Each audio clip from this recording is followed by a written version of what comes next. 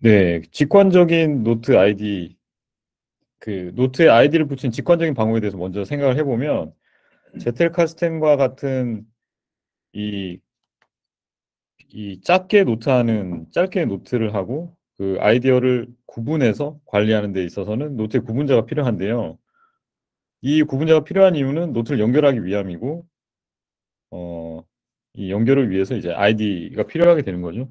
같은 말을 또 써놨네요. 죄송합니다. 네. 연결하기 위해서 아이디가 필요하고 다시 찾기 위해서 아이디가 필요합니다.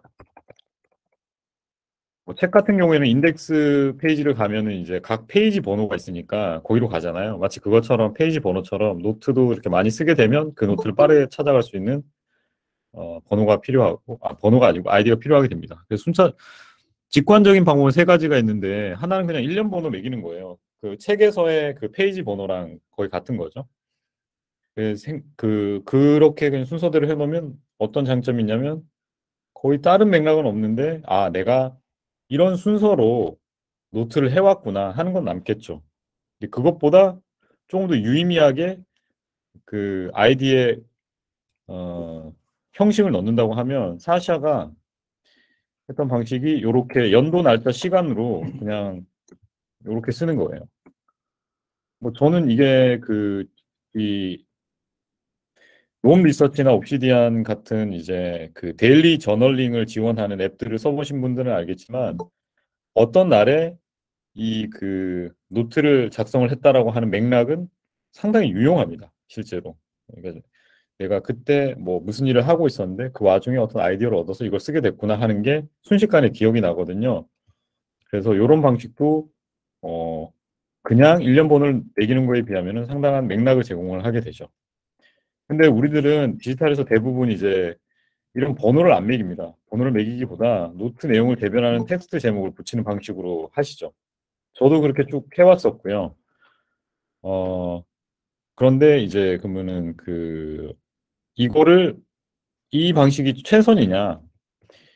개선의 여지는 있다고 보거든요. 그래서 루만 교수님의 그 제텔카스텐 사례를 먼저 한번 살펴보겠습니다. 루만 교수님의 제텔카스텐 이제 루만 교수님이 아이디를 부여했던 거는 폴기 제텔이라고 해서 노트 시퀀스라고 번역이 되는 독일어입니다. 그래서 예를 들면은 여기 예를 제가 보여드릴게요. 이게 하나의 노트인데 잘 안 보이시. 크게 확대는 안 되나 보네요. 예. 예를 보면 이 상단에 1/10이라고 쓰여 있잖아요. 요게 이제 노트 번호입니다. 이런 식으로 번호를 하고 중간중간에 다른 노트에 대한 링크도 걸어놨는데 여기 보시면은 33/1G라고 해놓은 것 같아요. 9인가? 예, 9인 것 같기도 하네요. 여기는 333/10218C. 네, 상당한 좋은 글씨체를 갖고 계시지 않은 것 같습니다. 근데 아무튼 이런 식으로 노트 번호를 매긴다는 거죠. 되게 좀 우리가 직관적으로 생각할 수 있는 방법은 좀 다르잖아요. 그래서 얘를 분석을 해보면 첫 번째로 1-10이라고 하는 노트 번호를 봐보면 일단 전체 노트를 내가 어떤 카테고리로 나눠서 쓰겠다라고 하는 카테고리 번호가 처음에 이제 들어옵니다. 그래서 1이라고 하는 게 이게 무슨 카테고리였는지 제가 정확하게 기억은 안 나지만 아무튼 이 전체 루만 교수님의 제텔카스텐을 루만 교수님이 처음에 이제 나는 이런 분야를 쓸 거야라고 이렇게 좀 카테고리를 만들고 이후에 추가도 해 나가셨겠죠. 그 카테고리 번호에 해당하고요. 이 카테고리 번호는 어, 여기는 없는데 만약에 이 1, 2 카테고리 번호가 1, 1이면 1의 서브셋입니다. 좀 약간 특이하죠? 한 자리, 두 자리 숫자면 얘가 두 자리 숫자로 본 게 아니고 카테고리 1번의 세부적인 1번이다. 약간 좀 이렇게 했던 것 같아요. 네. 그래서 일단 카테고리 번호 나누고 그 뒤에 노트 번호를 썼습니다. 그래서 크게는 카테고리로 나누고 각각은 또 노트 번호를 써서 그 카테고리에 들어오는 성격에 맞는 노트들의 번호를 매겼어요. 가장 간단하게 폴기 제텔의 작성 방법을 설명을 드리면 카테고리 안에서 이 생각을 하다가 다른 생각으로 막 뻗쳐나가면서 생각이 자꾸 이렇게 진행이 되잖아요. 우리가 하나의 생각만 쭉 이렇게 하는 게 아니고 뭘 하다가 이전에 했던 생각에 연이어서 다른 아이디어가 나오고 하니까 그런 거를 반영할 수 있도록 영문자, 숫자를 번갈아 가면서 쓰자가 핵심이었어요. 예를 들어 보면 이거는 이제 다른 분의 발표 자료에서 가져온 건데 처음에 0, 1, 2, 3은 아까 말씀드렸던 것처럼 여기는 이제 카테고리라고 생각하시지 마시고 그냥 뭐 노트 번호라고 할게요. 숫자로 0, 1, 2, 3 해놓으면 만약에 어떤 아이디어가 새로 떠오르거나 다른 데서 정보를 얻었는데 그게 이 흐름과 연결되는 성격이 아니라 1이라고 하는 노트에 있는 내용에 좀 파생되는 내용인 것 같다. 그러면은 숫자 1 뒤에 알파벳을 붙여갖고 1A를 만듭니다. 그리고 1A라는 노트 내용과 이어서 이제 같은 맥락으로 생각이 흐르면서 얻게 된 생각이나 정보나 이런 것들은 지식이나 이런 것들은 1B로 이렇게 작성을 하는 거죠. 그러면 여기서 또 이제 1A라는 거를 1B 이렇게 흐르는 생각의 흐름 말고 다른 생각의 흐름이 또 생길 수 있겠죠. 그러면 그거에 따라 갖고 이렇게 다시 2를 더 추가해서 숫자, 영문자, 숫자 이렇게 번갈아 가면서 아이디를 만들게 됩니다. 그죠? 이런 식으로 해가지고 노트에 번호를 매겼어요. 그러면 이제 노트가 순서대로 작성 순서대로 쭉 있는 게 아니고 내용과 그게 어떤 생각의 군집 안에 있느냐, 어떤 생각의 흐름의 일부이냐 이거에 따라 가지고 점차 그 노트들이 정리가 되는 거죠. 만들어 놓고 보면은 이게 마치 트리 구조 같지만 이거는 결과적으로는 트리 구조 같지만은 처음에 이 만들어 갈 때는 이 상향식으로 어떤 구조가 되는지 아직 모르고 이렇게 진행한다는 점에서 차이가 있고 또 하나는 트리 구조는 항상 아래에 있는 애들이 위의 내용에 대한 세부적인 거나 이 속하는 의미가 되거든요. 근데 여기서는 그런 의미가 아니에요. 그냥 생각의 흐름이기 때문에 요런 흐름의 생각이 있다라는 거지 요 두 개의 카드가 1A라고 하는 내용의 세부적인 내용이다라는 건 아닙니다. 직접 링크를 거는 거하고의 차이점은 요런 생각의 흐름 와중에 아예 다른 생각과 연계가 이제 연관성이 있을 수 있잖아요. 또 어떤 맥락에서는 이 두 가지가 좀 같은 의미로 볼 수 있다. 뭐 이런 걸 발견하게 되면은 여기 보여드렸던 것처럼 이렇게 이 노트 번호를 직접 쓰는 직접적인 링크를 만들었고 그게 이렇게 사실상 개념적으로는 연결이 되는 거겠죠. 그래서 특정 생각의 흐름에 따라서 다양한 생각이 뻗쳐나가는 거를 이 노트 번호를 가지고 할 수 있고 그 와중에 이 내용 카테고리로 분류된 요 범주 안에서의 생각이 다른 범주에서의 생각, 다른 브랜치의 생각으로도 연결이 될 수 있도록 노트 안에서 링크를 썼다고 합니다. 왜 이렇게 했을까요? 저는 디지털로 이제 재택하시를 만들어 보신 분은 아시겠지만은 하나의 노트를 쓸 때 그것과 관련된 노트들이 되게 많아요. 근데 그거를 일일이 다 연결한다는 건 되게 어, 연결을 해두고도 재활용하기 어렵고 연결하는 일 자체도 되게 번거롭습니다. 여기서는 이제 디지털은 아니었지만 아날로그에서는 실물 노트를 특정 위치에 dum으로 해가지고 사실상 얘랑 뭐 1번이랑 3번이랑 다 관련이 있을 거잖아요. 직접 링크를 하지 않고도 위치를 가지고 이 사람들을 이렇게 이 노트를 묶어서 관리할 수 있었다는 게 이제 큰 활용도였고 이게 아까도 말씀드렸다시피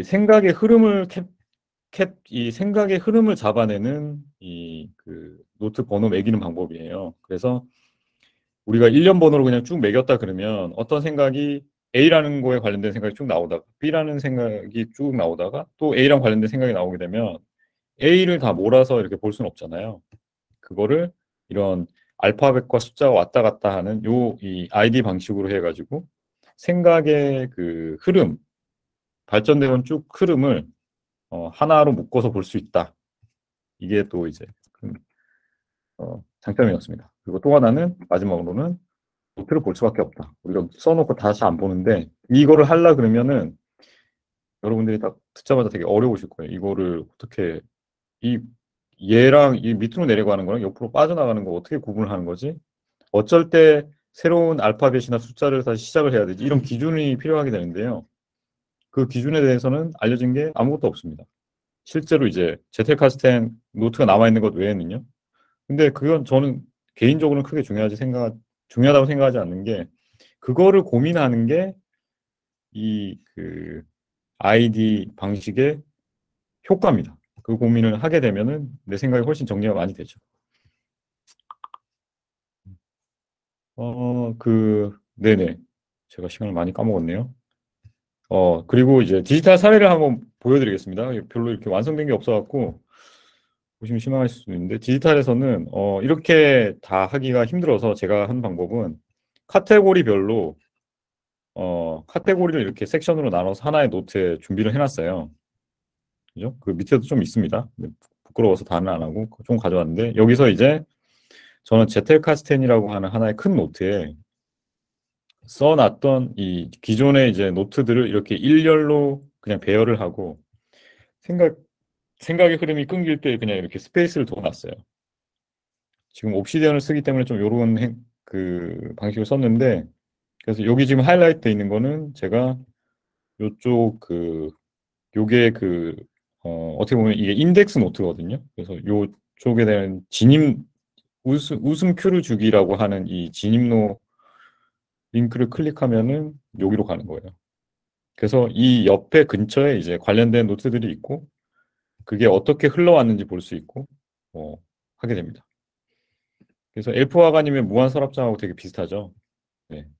그리고 이 방식은 사실 조엘 첸이 메릴랜드에서 이제 메릴랜드 교수인데, 이 사람이 롬 리서치를 쓸 때 이런 식으로 이미 했었어요. 근데 하는데 롬 리서치는 아웃라이너니까 여기에 이제 인덴트와 아웃덴트를 사용을 해가지고 그 계층 구조를 만들 수 있잖아요.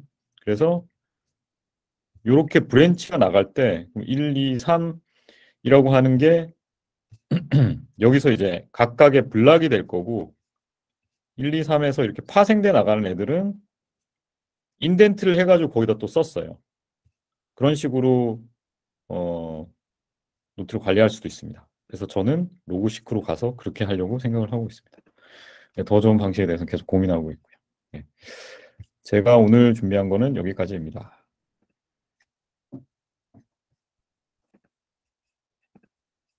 네, 혹시 다른 분 질문 있으실까요? 지금 뭐 이렇게 채팅 뭐 안 남아 있네요. 아직 네. 여러분 질문 없으십니까? 제가 좀 모호한 부분이나 수긍이 안 되는 부분이 있으면 말씀해 주셔도 되게 좋을 것 같습니다. 인덴트로 연결한다는 게 아니고, 인덴트 아웃라이너를 쓰시다 보면 탭을 누르면 이제 그 블록이 한 칸 안으로 들어가잖아요. 그래서 그런 인덴트를 한다는 게 그런 블락의 이제 그 계층 구조를 만들기 위해서 탭으로 이렇게 블록을 옆으로 한 칸 미는 그게 인덴트입니다. 파생은 연관 개념을 생각할 수 있고, 정제해주는 비해 롬의 생대상은 위계 구조로 생긴. 그거 저는 지니님하고 조금 생각이 다른데요. 그거는 이제 해석인 것 같아요. 위계 구조로 그걸 볼 거냐, 아니면은 연관 개념으로 볼 거냐. 보는 사람이 어떻게 해석을 하느냐에. 근데 이제 말씀하신 것처럼 일반적으로 인덴트로 하면은 약간 그 위계 구조로 생각을 우리가 직관적으로 받아들이긴 하죠.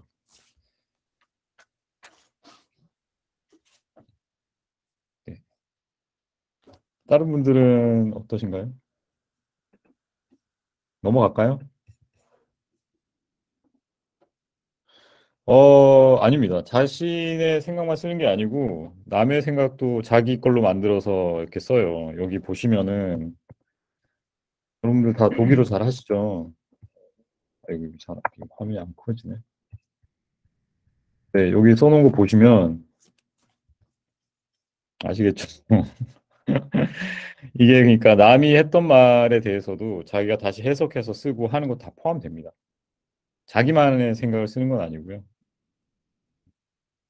그도 그럴 것이 이제 다른 사람이 쌓아 올렸던 걸 우리가 그 위에다 더 같이 더 쌓아 올리는 게 훨씬 빠르죠. 모든 걸 새롭게 배우는 것보다. 네. 다른 분 혹시 질문 있으신가요? 아니면 같이 좀 얘기해 보는 건? 저도 요즘에 이제 그 네네. 제트카스텐 적용해 보려고 되게 이제 이것저것 읽어보고 고민을 많이 하고 있는데, 전 사실 이 넘버링이 제틀카스트의 거의 대부분이라고 저는 생각을 하거든요. 근데 지금도 말씀하신 것도 사실 그 앞에 주제를 나누는, 그러니까 어떤 섹션과 서브 섹션을 나누는 앞부분하고 슬래시 뒷부분이 지금 많은 경우에 보면 혼동돼서 그냥 이렇게 진행이 되더라고요. 그러니까 1A, 1B 이렇게 막 가는 거는 뒷부분의 번호고요. 그다음 인덴트로 아까 하는 건 아마 제가 볼 때는 앞에 서브 섹션, 아까 왜 두 자리는 뭐 1의 하부라고 얘기했던 것처럼 그거기가 이제 구분이 되는데 그걸 구분하니까 앞부분에서는 그 주제를 서브 섹션별로 하고 그 안에서 일련 뒷부분을 매길 때는 또 생각의 파장에 따라서 이렇게 알파벳과 숫자를 번갈아 가면서 이렇게 카드를 기록을 했더라고요.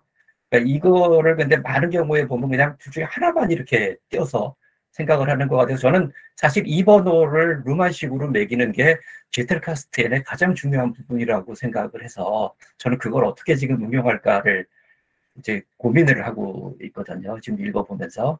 나중에 기회가 되면 한번 얘기를 같이 토론을 해보는 것도 괜찮을 것 같아요.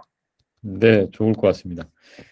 참고로 말씀드리면 앞에 카테고리 인덴트하고 했던 거는 뒷부분을 하기 위해서 제가 말씀드린 거고요.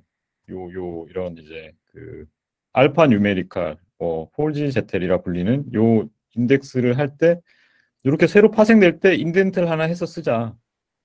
그리고 더 파생되면 더 인덴트 하나 하자. 그래서 진희님은 이게 너무 계층 구조로 해석되지 않겠냐.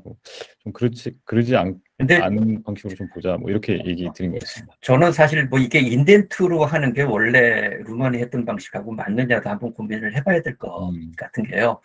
지금 여기 1A라고 쓴 부분은 이 그림에서, 그러니까 사고의 흐름은 0, 1, 2, 3으로 가는데 1하고 연관되긴 하는데 2로 가기는 뭔가 다른 뭔가가 있으면 1A라고 표현을 한 거거든요. 그러니까 이제 서브 클래스 개념은 아니고요. 그러니까 1과 연관되지만 그 밑에는 2와 1A 두 가지 생각이 서로 다른 생각이 있다고 이렇게 생각될 때 1A로 파생이 된 거기 때문에 이거를 만약에 디지털 디스크 같은 데서 인덴트로 해버리면 그 안에 종속이 돼버리기 때문에 원래 그 넘버링의 그 생각의 흐름을 가지를 치기를 해가지고 다른 흐름으로 가려고 만들어 놓은 게 인덴트를 하면 또 다른 개념식으로 되기 때문에 저는 사실 그 인덴트는 적절한 방법은 아닌 것 같다고 저는 해석하면서 그렇게 생각을 했거든요. 그래서 이런 것들을 그럼 어떻게 소화를 해서 이제 이게 하느냐, 이게 되게 중요한 거거든요. 그래서 제가 볼 때는 사실 이 넘버링 하는 방법, 자기만의 방법, 원리를 찾고 자기만의 방법을 찾는 게 자기만의 GT카스를 만드는 것에 거의 한 70, 80%는 되지 않을까 그 생각을 하고 있어요. 그 고민하고 있습니다. 요즘에. 네. 근데 뭐 진님도 말씀해 주셨는데 그렇게 해서 그거는 이제 만들어진 구조를 보고 해석하는 건데, 그러니까 이거를 계층 구조로 보고, 그러니까 인덴트를 하게 되면 인덴트의 상위에 있는 내용이 하위에 있는 내용을 포함해야 된다라고 이렇게 우리가 이제 그게 이제 기본적으로 가지고 있는 생각이잖아요. 근데 저는 이제 아웃라이너가 주어지는 그 구조 안에서 그 계층 구조를 그냥 연계로 생각을 하면, 연계로 이제 억지로 생각을 하면 계층 구조로 만들어서 이렇게 계층 구조가 아니죠. 인덴트를 사용을 해갖고 이런 브랜치를 만들 수 있지 않을까 이렇게 생각을 한 겁니다. 물론 이제 다른 방법도 있겠죠. 저도 계속 이제 그런 건 좀 생각해봐야 될 것 같고요. 네네.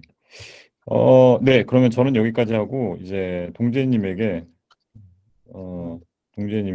화면을 넘기겠습니다. 저도 이제 넘버링이 되게 큰 역할을 한다고 봅니다. 네, 플로우님한테 말씀하셔가지고 순간 헷갈렸습니다. 네, 알겠습니다. 이제 동재님께 완전히 넘겨드리겠습니다.